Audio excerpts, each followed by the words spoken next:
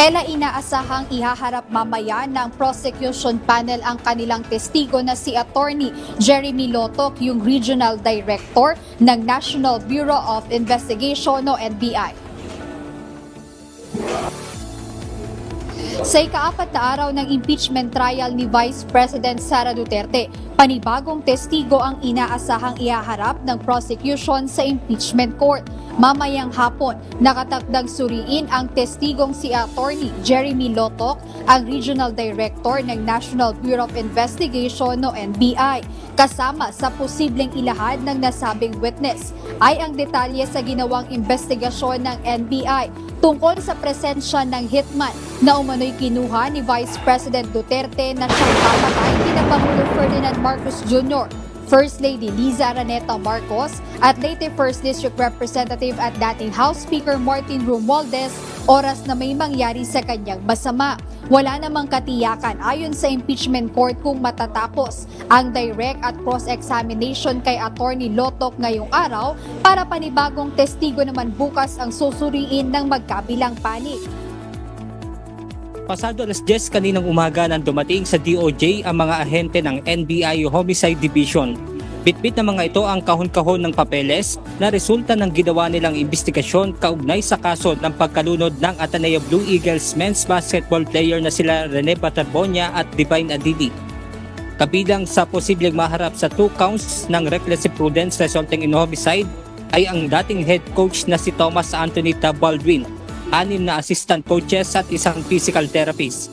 Habang 4 naman ang sinampahan ng reklamong simple negligence resulting in homicide na kinabibilangan ng 3 resort owner at 1 athletic director. Sa ngayon ay hinihintay pa natin yung magiging pahayag ng Department of Justice. Iginiit ni Senator Francis Escudero na hindi niya hiningi ang posisyon na presiding officer ng impeachment trial ni Vice President Sara Duterte. Gayunman, tiniyak ng senador na handa niyang harapin ang kanyang responsibilidad. Samantala, bukas naman si Senator Cheese sa mga kikwestiyon sa legalidad ng kanyang pagiging presiding officer, gayon din ang maaaring pagdulog ng ilang grupo sa Supreme Court hinggil sa 16-vote threshold para sa posibleng conviction ni Vice President Sara Duterte.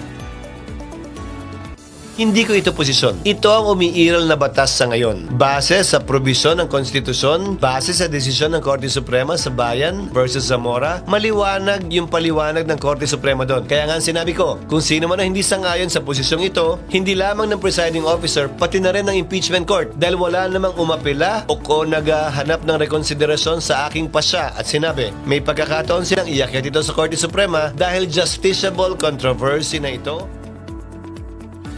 Wala ang senador na kailangan muna ang pahintulot mula sa Pangulo alinsunod sa National Internal Revenue Code. Nakatakdang pagtalunan sa oral argument sa Miyerkules, July 15, ang kahilingan ng prosekusyon na isabpina ang mga record mula sa BIR, AMLAC at mga bangko kaugnay ng impeachment trial. Samantala, inanunsyo ni Senate President Sherwin Gatchalian na ilalathala sa opisyal na website ng Senado ang lahat ng dokumento at ebidensya ng paglilitis upang matiyak ang transparency at maiwasan ang pagkalat ng disinformation.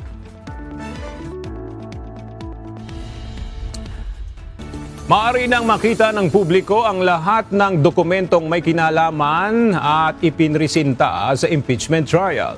Ayon kay Senate President Sherwin Gatchalian, nagdagdag ng tab sa impeachment sa website ng Senado na may magkakahiwalay na seksyon para sa prosekusyon, depensa, mga inilabas na kautusan ng hukuman at ang opisyal na journal. Ang sekretariat ng Senado na tumatayo bilang impeachment clerk of court ang mag-a-upload ng mga pleading, record, manifestation at documentary evidences na isinumite sa panahon ng paglilitis. Sinabi ni SP Gatchalian na ang hakbang ay naglalayong tiyakin ang transparency sa isang paglilitis na umani ng matinding atensyon ng publiko. Kaugnay nito, hinimok ni Gatchalian ang mga Pilipino na sila mismo ang sumuri sa mga record. Sa mga bayan na naapektuhan nitong pagbuga ng abo ng Bulkang Mayon ay ang tabako at Santo Domingo, Malilipot at Bakakay dito sa probinsya ng Albay. Ella, ayon sa Philippine Institute of Volcanology o PBOX, ito ang indikasyon ng mas mataas na aktibidad itong Bulkang Mayon at ng pagputok o mas malaking pagputok, mas malakas na pagsabog itong Bulkang Mayon. Pero pasado alas 8 kanina ng umaga nang magsimulang makaranas ng ashfall sa ibang bahagi ng probinsya ng Albay mula sa Bulkang Mayon.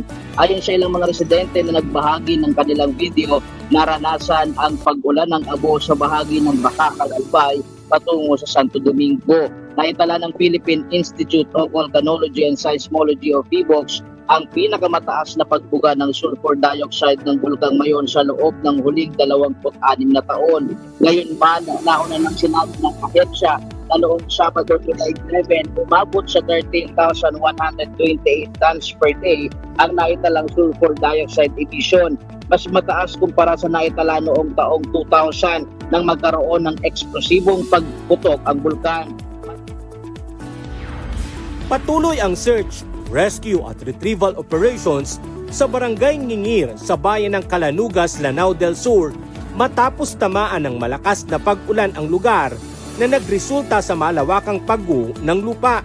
Pinangunahan ng Provincial Disaster Risk Reduction and Management Office o PDRRMO ng Lanao del Sur kasama ang Bureau of Fire Protection at lokal na pamahalaan ng Calanugas ang paghahanap sa mga biktima. Sa ngayon nga ay itong hindi pa rin humuhupa yung baha sa ilang lugar sa 5 bayan dito sa Bulacan. Inaasahan pa rin mararanasan ng pagtaas ng tubig dito. Epekto ng pagbaha, dala ng ulan at high tide. Nakararanas ng pagbaha ngayon ang bayan ng Hagunoy, Malolos, Kalumpit, Giginto at Pombong sa probinsya ng Bulacan. Ayon kay Bulacan PDRMO Provincial Director Manuel Ocban, karamihan sa mga barangay sa mga nabanggit na bayan ay nakaranas ng pagbaha simula pa kahapon.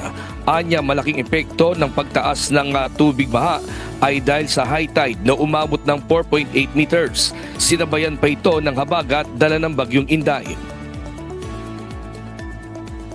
Ng 4.7 itong high tide natin kaninang pasado alas 8 at nung mga sumunod na araw dito ay mahigit ding 4 na pulgada ang taas. So ito po ang higit nating minomonitor nakasabay nitong habagat. Bukas at ligtas ang Strait of Hormuz para sa lahat ng sasakyang pandagat na dumaraan ng naaayon sa batas. Ayon sa US Central Command o CENTCOM, nakaposisyon at handa ang puwersa ng Estados Unidos upang tiyakin ang kalayaan sa paglalayag sa kabila ng mga di makatwirang panggigipit, pagbabanta at deklarasyon mula sa Iran. Mariin din binigyan diin ng US na hindi kontrolado ng Iran ang naturang waterway.